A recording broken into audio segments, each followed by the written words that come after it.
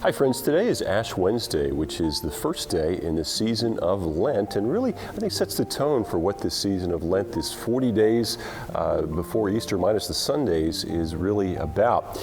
And so we do have a worship service here tonight in our sanctuary at 7 o'clock. It's also going to be online too, and a meal at 6 o'clock before that.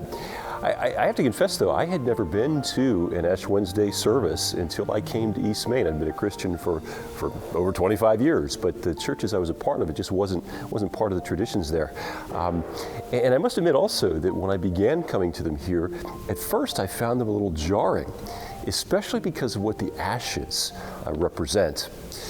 The ashes are really a symbol of our mortality, the fact that someday we will die. And in most traditions, the ashes are administered with the words of Genesis 3:19, spoken, "Dust you are, and to dust you shall return," is what God had said to Adam after the fall and sin entered the world. He said, in essence, you're mortal, and so now someday you must die.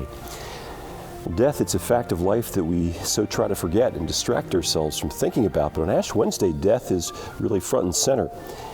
But it's front and center not only with the ashes, but also in the cross and the communion elements, which remind us of Jesus' death for sinful people like us.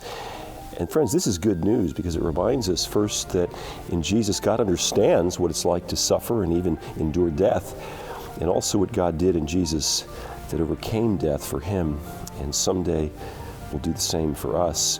And so Lent's especially a time to really dwell upon these realities, and also to take up maybe some habits and disciplines that help us to really lean more into what God has done in Jesus to die for sinners like us.